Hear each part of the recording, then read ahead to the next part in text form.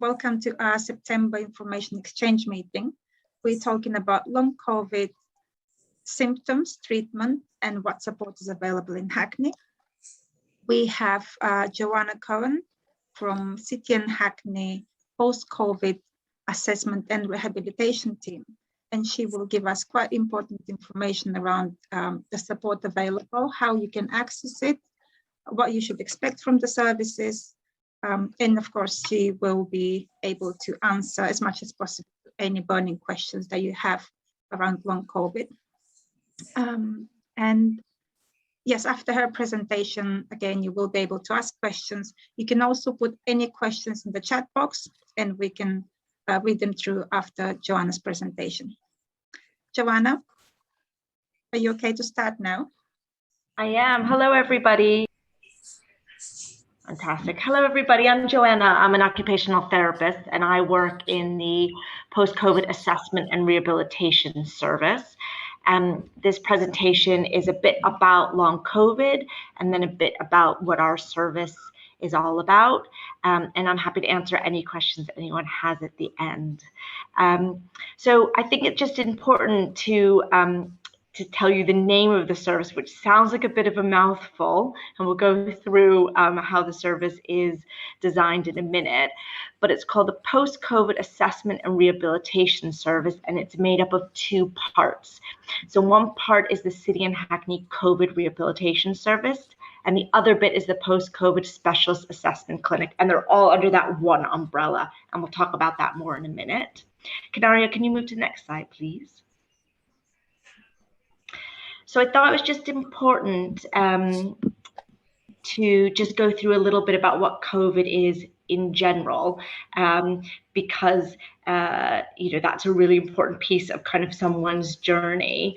And so, as we know, COVID is a relatively new virus that's caused by droplets in the air, and it's caused, it spreads by coughing and sneezing. And it can lead to a whole slew of symptoms, including coughing and fever and muscle aches and loss of taste and smell. And some people can manage their symptoms at home, and other people, as we know, have unfortunately had to receive hospital care. So that's just a little bit in general about what COVID-19 is. What we understand then is that some people continue to have symptoms after they're initially diagnosed with COVID.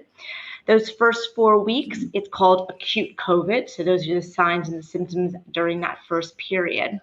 And then there's this next kind of bunch of people that still have symptoms after that. And what's in red, that oval shape, is what the umbrella term for long COVID is.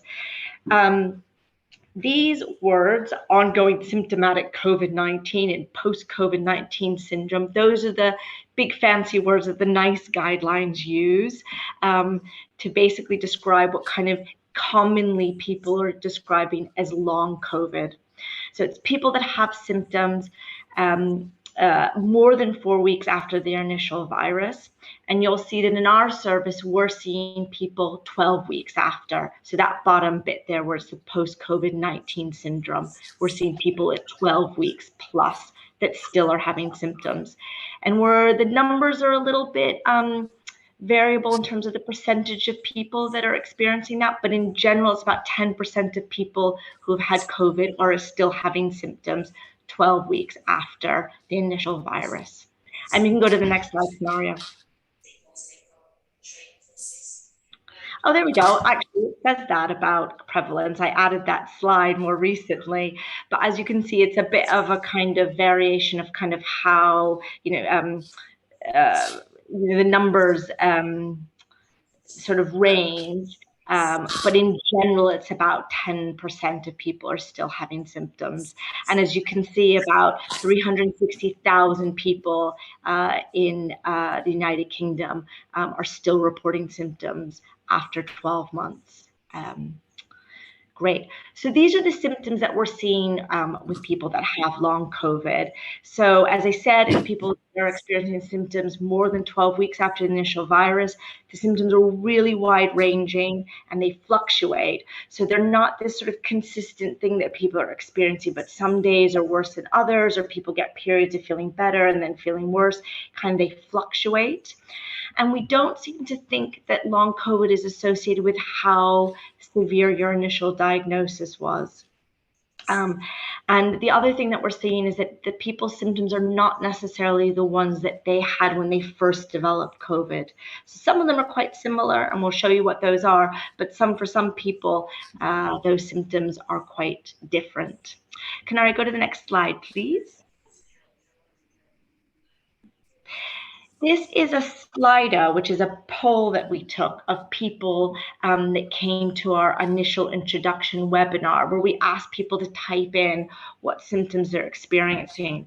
And you can really see how wide-ranging they are. The bigger the box, the more prevalent those symptoms are, the more people have those symptoms. So you can see right in the middle, fatigue seems to be one of the major ones, as well as breathlessness and depression. And then kind of slightly smaller are things like swelling in the legs and feet, or painful fingertips, or hair loss. So as you can see, it's really wide-ranging, the symptoms that people are experiencing. And on the next slide, Canaria, please, it shows you again how wide-ranging the impact of long COVID is on people's quality of life, what they're able to do. So again, the bigger the box, the more people are experiencing that impact. So you can see cooking and walking is much bigger than, say, holding things or household chores. Go ahead, Canaria, you can go to the next slide. So this service has been set up to meet the needs of those people. Our service works with these particular criteria. So our service are for people that are over 18 years old. You have to be registered with a City and Hackney GP. And I'll talk about that in a minute why. Suspected or confirmed COVID-19. The reason we say suspected is that because when the pandemic first hit, some people weren't actually able to get hold of COVID tests to be able to confirm that they had COVID. So that's why we say suspected. And the symptoms have to be impacting on your function. I think another really important thing is down at the bottom, which is that the symptoms aren't explained by any other medical diagnosis. And this is why we say that people have to go to their GP before they can be referred to us. It's really important that people have a thorough assessment with their GP to rule out any other explanation for what could be causing their long COVID symptoms, for a couple of reasons. One of which is that we want to be sure there's nothing else that needs to be medically treated. And second of all, is that our service, for the most part, are run by therapists. We're not a medically run service in general. So we're not going to be able to manage those particular issues that come up. Next slide, please. And this is just to say that it's not for people that are acutely unwell or who maybe need support from another specialist due to, something else that shows up on a scan or a blood test where they need another specialist.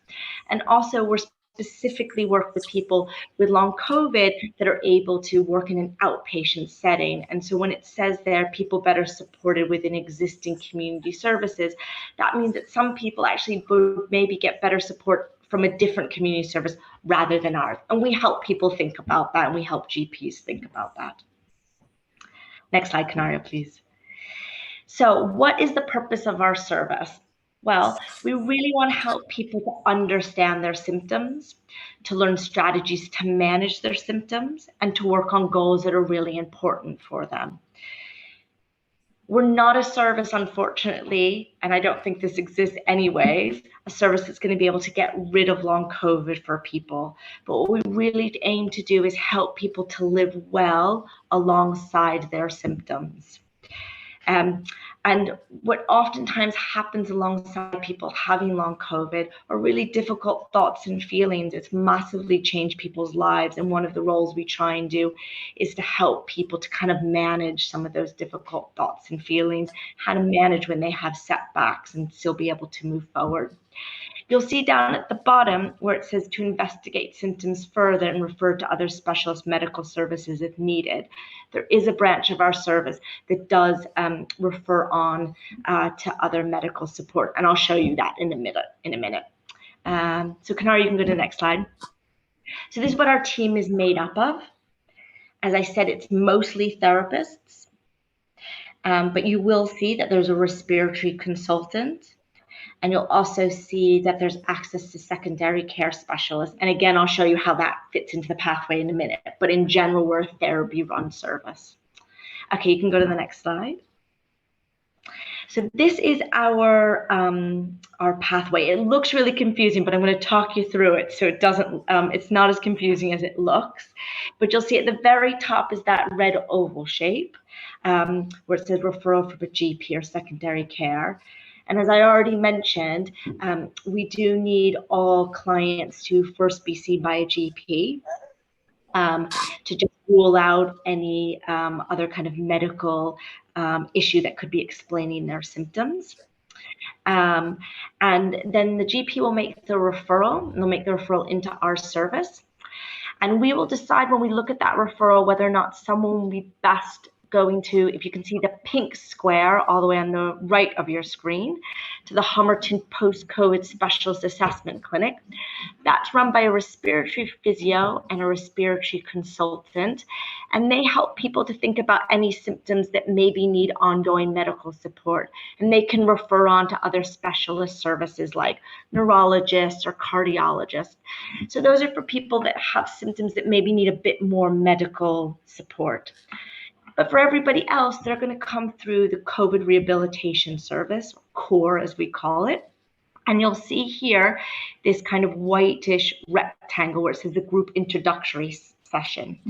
In general, we invite everyone to that as their introduction to the service. It's a webinar, so it's only for people that do have access to the internet. And it basically is just an introduction to what our service is so that people can really understand what our approach is. And then from there, people can decide whether or not to opt in or opt out. And then they come over to this green box here that's also in this circle that says Mdt Assessment. So you either go to the group introductory session and you opt in for the Mdt session, or you'd go straight to the Mdt assessment if not appropriate to go to that group introductory session. And there you'll meet some therapists, and we'll talk to you about your symptoms and how it's impacting you functionally, and also impacting you potentially on a psychological level, because we know that there's a real overlap between physical and psychological health. Health, I didn't mean health, between physical and psychological health. And during that assessment, you and the therapist will have a think about what the best approach for you is. And that's then where those arrows down to those bottom 5 boxes are, where either you'll actually be all right and we can just discharge you with some self-management or some signposting to other services, or you may need an app called the Living with COVID app, which is a web-based support tool where it's a self-management tool that you use to monitor your symptoms, and it gives you some strategies along the way. And there's also opportunity for remote support from a clinician via the app. Other people may benefit from the group program, which is really focused on living well with your long COVID symptoms in a supportive group environment. Or you may benefit from individual therapy with occupational therapist, physical therapist, or a psychological well-being therapist. Any of those individual support, some people may benefit from 1 or 2 or 3 of those and may start with one and then move over to another one. So it's not like you just have to choose one. It's that you may kind of want to start off with the web-based support and see how you get on with that. And actually, I think I need a bit more individual, and then that's absolutely fine, or vice versa. So we're quite flexible in that way. So that's a bit of an overview of our pathway. Before you go to the next slide, likely you'll be asked about our waiting times. So from referral to the MDT, So from the time that your GP sends the referral to us and you go to the, you get an MDT assessment, that's somewhere between 3 to 6 weeks. And then from the MDT assessment to your therapy, it really ranges, but in general, it's somewhere between 2 to 8 weeks. The only other thing I wanted to say that maybe would come up as a question is just what happens at the GP and how that all works, because I think that's quite important, which is that I would recommend that you stay in touch with your GP if your symptoms are continuing, for more than 4 weeks, or if you're worried about your symptoms at all. And your GP and you can start having conversations about any investigations that you want to do, or he or she thinks is important to do. And that can happen between that kind of 4 to 12 week time. What we ask for is that you and your GP have a face-to-face session where they take your blood pressure, listen to your heart, check for oxygen desaturation, so check for oxygen in your blood. And then we do ask for a blood test to check a few different things. And we also oftentimes ask for a chest x-ray. And that can all happen and those conversations can start happening earlier than 12 weeks. So even if the GP doesn't do it until kind of 12 weeks-ish, at least start having that kind of conversation with your GP. The only other slides were just some feedback that we've already gotten from people who've come through our service. And I just think the kind of main theme that's come up that's been, it may be important to share is just how validated people feel, how very lonely people have felt living with long COVID, and coming to the introductory session or being part of the group has just made them really feel that their symptoms are being taken seriously and that there's kind of a plan for them as needed.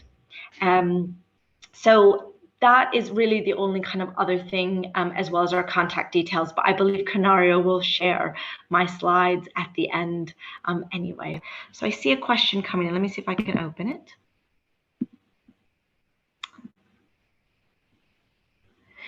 Good question. So the question is, so because your team is mainly therapy, Ron, is long COVID related to mental well-being? And is that the reason? That's a really good question. So I think the idea is that the GP is really the one to manage kind of any of the medical needs that someone could present with long COVID. And some people do need medical support due to a tachycardia, so a fast heart rate, or something called problems with their managing their blood pressure when they change positions. So there's definitely some medical input that people need. But our service itself is more thinking about how to kind of live well alongside long COVID. So it's more about how we kind of can help people to accept that this is an uncertain condition that's impacting people functionally. And so how we can support people practically to manage that. Just around the mental well-being bit, we're definitely seeing that people with long COVID, some have been really affected from a mental health point of view because of the uncertainty around it and the challenges of living, not being able to kind of manage the way they were before. And so we do have, we do offer psychological support as part of our service, knowing that that's also a piece of the puzzle. I hope that answers the question. Do other boroughs offer the same level of support? Really good question. So a bunch of money was handed down from NHS England to set up long COVID clinics all over the country. Each borough is, or different boroughs are setting up the service slightly differently. So some boroughs are more sort of medically run and are set up just within community services that already exist. Our service sits within the persistent pain and the chronic fatigue service because we see lots of overlaps between how people present with those conditions and people with long COVID. So that's how our service is set up. So every service is slightly different, and some services are farther along in developing than others. So I hope that helps as well with that question. What impact does vaccination have on long COVID? I don't want to answer that question because I'm not a medical practitioner. So there's sort of, but anecdotally, people definitely have opinions on that. I would say what we do know is that having a vaccine limits your chances of getting COVID and limits your chances of developing long COVID. We definitely know there's a connection in that. And I think I'm really keen to talk about long COVID as being another reason that I would definitely advocate for people to get vaccinated. Is losing smell, sense, on, off part of post-COVID? We definitely have people that are still having loss of smell and taste as one of their symptoms. And there is some rehab support out there around that. Oh, these questions are coming in thick and fast, so let me just scroll back up. Do you have language support or translator during sessions or workshops? Also a really good question. So one of the things that actually I'm working on is how we make sure that our service is equitably accessible for everyone in City and Hackney. And there's definitely some challenges around that and some barriers. And I'm really keen to talk to anyone about that that would like to, because I'm new to that area and I think it's a really important issue. But just on that particular question, yes, we absolutely have advocates that can come to any of our sessions. What we would probably do is not have that person come to the group session because that would be harder for them or be part of the group program. At the moment, they would just come straight through for individual therapy. And we're also starting to work with some community groups about how we can partner together to develop some services that are, more culturally specific for people. So that is definitely in the works. Just reading this question for you.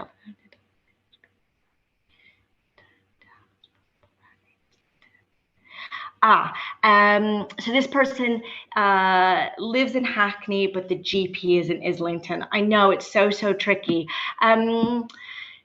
Yes, it does have to be, the GP does have to be a Hackney GP.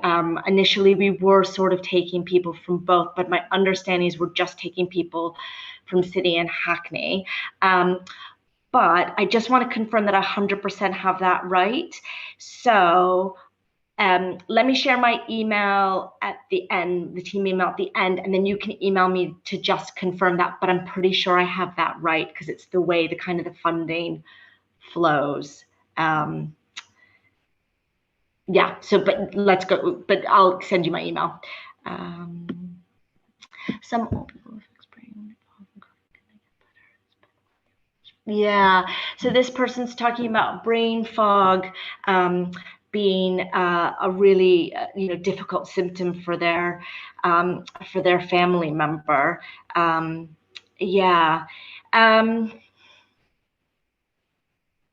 So the question is, can they get better? So I think the thing about long COVID is that there's a bit of an uncertainty around prognosis, meaning whether or not people completely recover from it. What we definitely know is that, or what we've been seeing is that in general, people are slowly getting better. It's more challenging when people have other comorbidities, so have other health conditions. Sometimes that makes that recovery slower or more difficult. One of the kind of big approaches we use with people that have brain fog is thinking about strategies they can use to support them during that time. So rather than kind of making them better, more about kind of how you can still kind of manage your day to day alongside long COVID. So that would be things like, you probably have heard some of these words, but like pacing, prioritizing, planning, things like that. So question about 18 years. So what about children essentially who are under 18 years old. Yes, there are definitely children that have long COVID symptoms. We're just not commissioned for that. And that's a really good question. I don't 100% know actually what the provision is within City and Hackney for children with long COVID. I should, so I will find that out. But we're not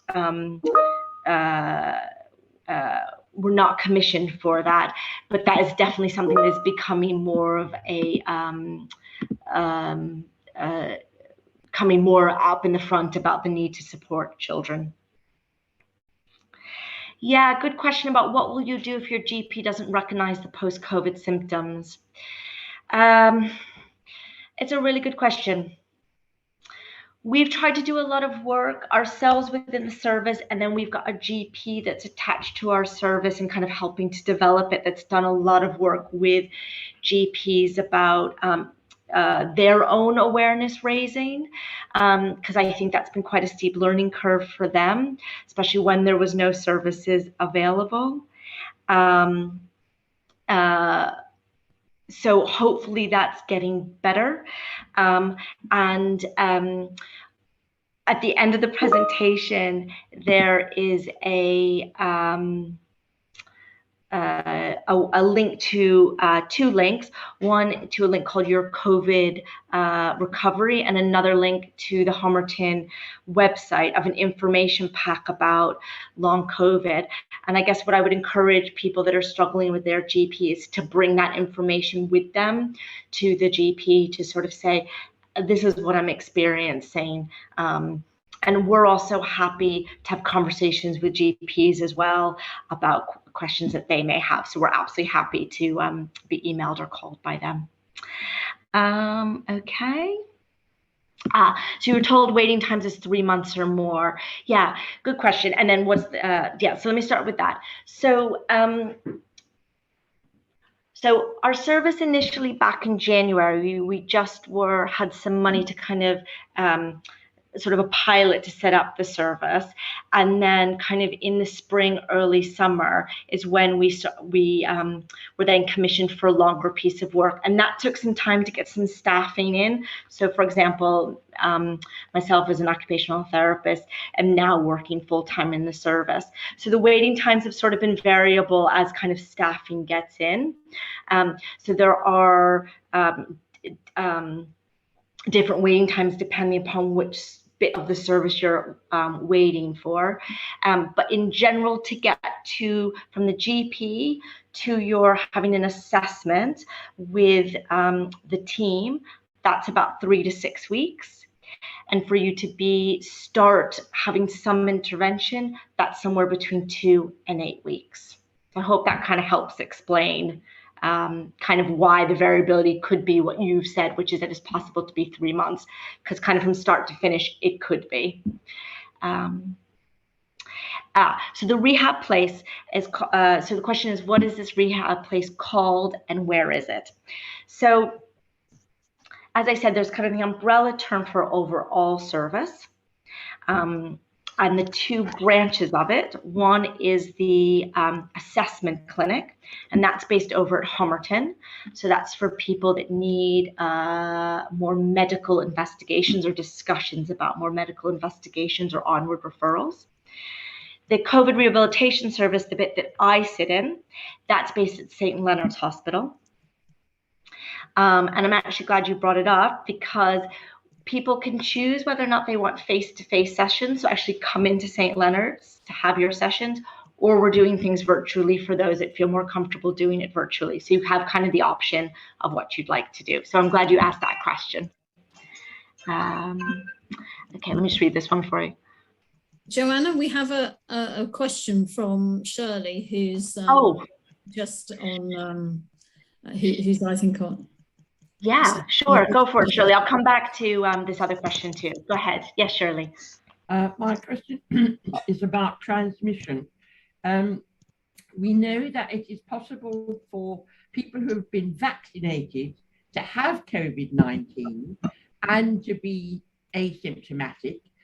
And so people can be vaccinated and still transmit the disease, the infection to someone else. And so I don't think that's been made clear enough at all, because one's heard an awful lot of stuff. Well, you've had your double vaccination, you can do more or less what you like.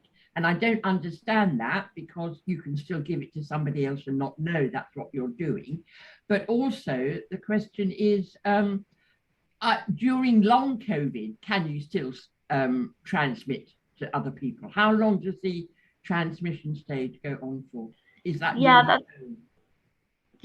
no, thank you for sharing that about your concerns about transmission, even post-vaccine. So I appreciate that comment. You know, I only can go based on what the kind of guidance is, you know, from the NHS around kind of how long you have to self-isolate for around transmission. So I can't comment specifically around kind of long COVID. I think it would be, I think the rules would apply the same for anyone who has developed long COVID or the symptoms, and kind of the rules around self-isolating as a result of kind of developing symptoms. And you're right, there are people going around that are asymptomatic and don't know it, and could be at risk of transmitting to other people. But long COVID itself is 12 weeks post. So I don't think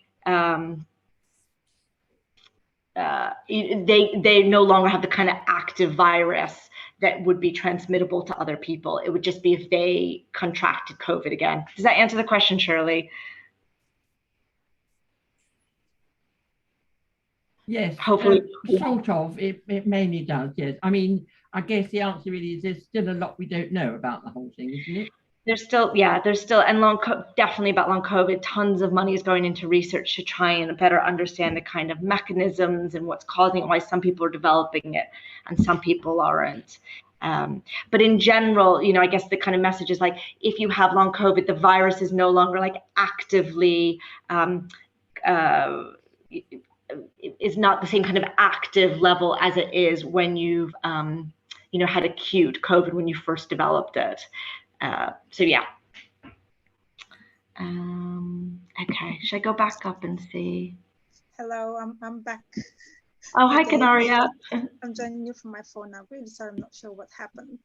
Oh no. But I'm very glad that many questions have been asked. Very useful questions as well. Are there any further? Sharon is raising her hand now. Sharon? Yes, there's a couple more in the chat, but I'll come back to that. Go ahead, Sharon. Okay.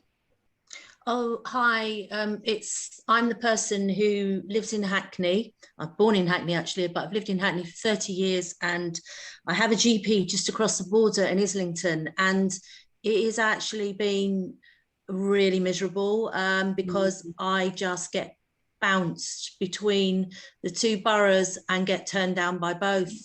I get turned down by Islington because I live in Hackney. I get turned down by Hackney because my GP is in Islington. And I'm obviously, this is not an issue for everybody, but that I can't be the only person who this happens to. And it's been a real battle, and I've been very, very unwell. I am getting a lot of medical follow-up, but the things you mentioned, like access to groups to meet other people, I have had some OT. It took a long time to get it. But things where I could just have a bit more of a holistic view of my condition, rather than everything being parceled off into neurology or hematology or respiratory. You know, somebody who just says, okay, so what's it like living with it? Mm-hmm. I'm completely out on my own, and I know you can't give time to it here, but I would really appreciate your email address just to explore that with you a little bit. And also maybe a message to the commissioners, because as you said, children have long COVID, but there's no commissioning for that at the moment.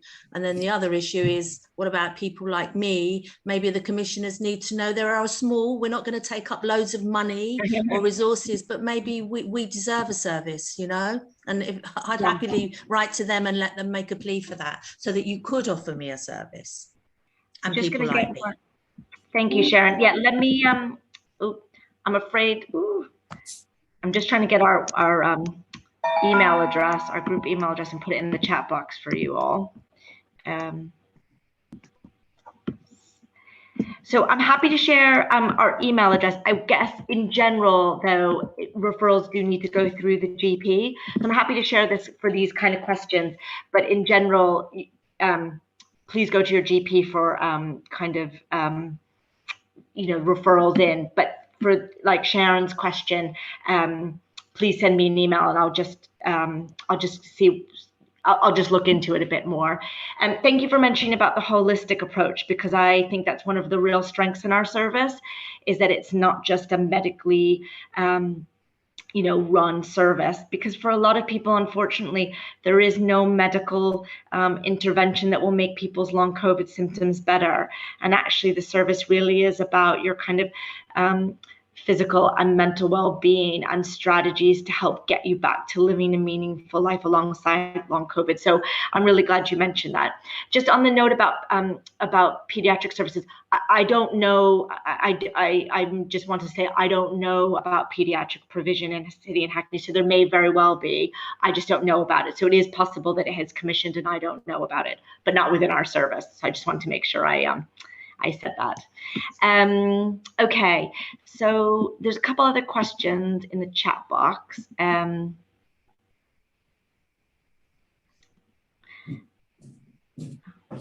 I've just done the email. Yeah. Can we translate in Turkish? And yeah. So somebody's asking about translated in Turkish. Do you mean this presentation, or just kind of all resources, or a bit of both? The presentations that you provide, can we maybe not translate all of them, but some of them, for example, like long COVID symptoms, or how can you get the support with this kind of information? We would like to translate in Turkish and share it if you haven't. Yeah. No, thanks for bringing that up. So we've just finished the leaflet, but waiting to get it printed, and we've been in touch with different bits of. We've been in touch with services within the NHS that have a role in translation. So that will definitely be something that happens. And then we've started thinking about how we're going to distribute that to all needed parties in the different languages that we need to meet within City and Hackney. So yes, is the answer to that question. It's just waiting for that leaflet to be totally finished. Yes. And Joanne, I'm not sure about Dimer. I'm not sure if you know, but Dimer is the organization in Hackney that works with Turkish and Kurdish communities. So what I think Asli is suggesting is to share what you just spoke about with the Turkish community and with their members. Am I right, Asli? Yeah, that's correct, Kanaria. Thank you. Yes, no problem. Yeah. So I didn't hear. Are you part of Derman? Dimer. No, Dimer. We know Derman as well. Yeah. Fine. Yeah, I'm happy to. Maybe we could also figure out about meeting as well, because I'm starting to do a little bit of work with Derman and the advocates there around our service and raising awareness. So happy for anybody who works or is part of a community of people that are often more excluded from these kind of services, on how to help kind of engage them. I'm happy to do some work with all of you. So welcome to get in touch with Canaria, and she can then get in touch with me around doing some work together. Happy to do that, and think it's really, really important. So yes. Absolutely. And so that I would like also to say that your presentation, Joanna, was sent to all who booked for the event, but I appreciate that some of you may join from the link if it was shared to you by someone. So if you didn't book for the event, please send me your email address so I can send you the presentation as well, together with the recordings from the meeting in a week's time.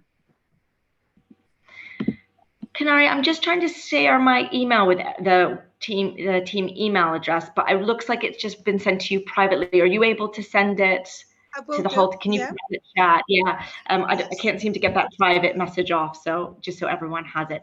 But again, in general, I just ask that your GP is the gateway in, but if there's questions that we can answer, happy for you to get in touch with us.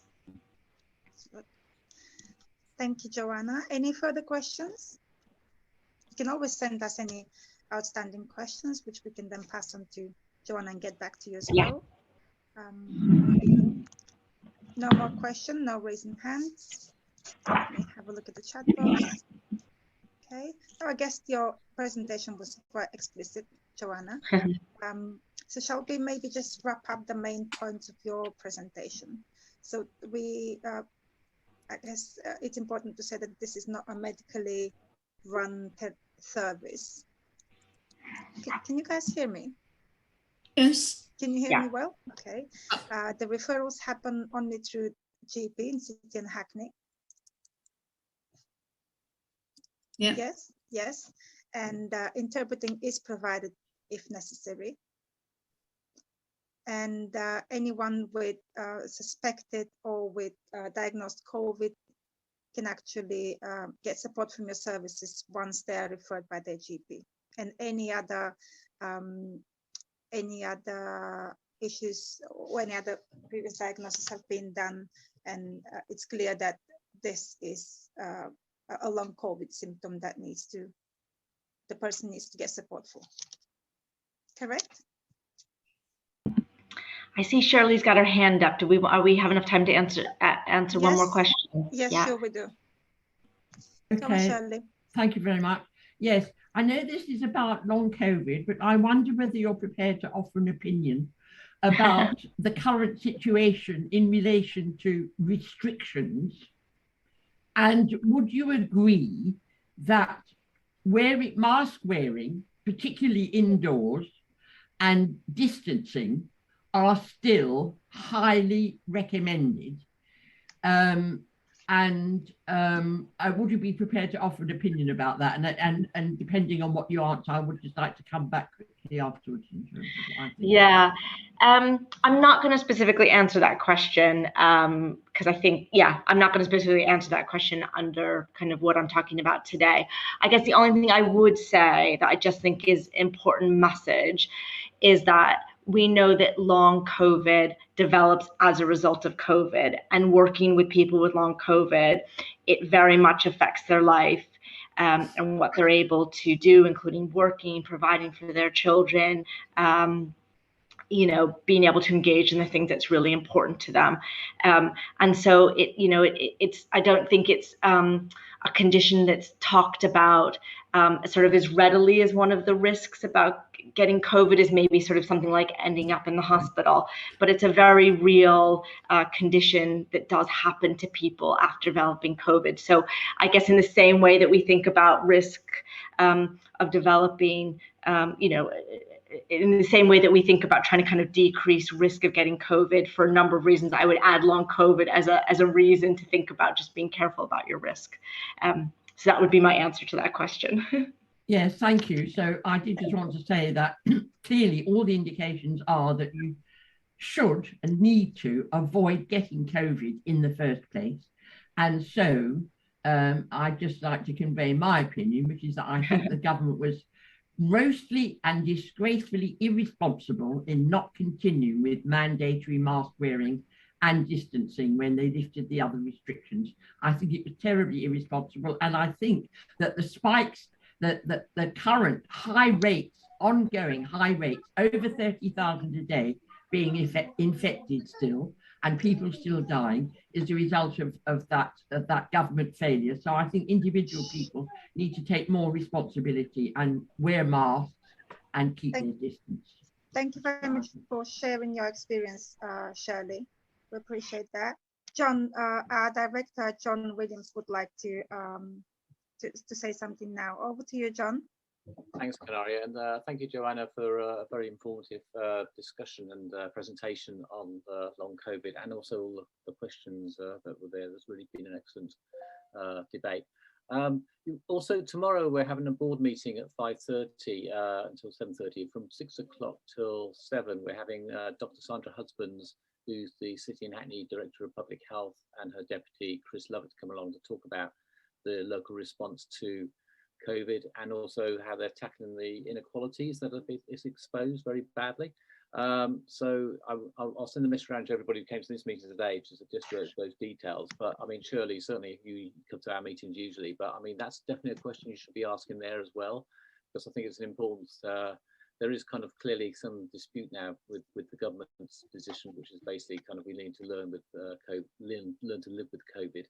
Whilst my son currently has COVID because he's not allowed to wear a mask at school, and he's not very happy about that. So I think it's kind of, yeah, please come along to our meeting tomorrow, because it'd be really useful to kind of you raise the issues that you raised today. Also raise them with Sandra Husbands, because she's the Director of Public Health, and she's been leading on the local response and doing a very good job with it, I have to say.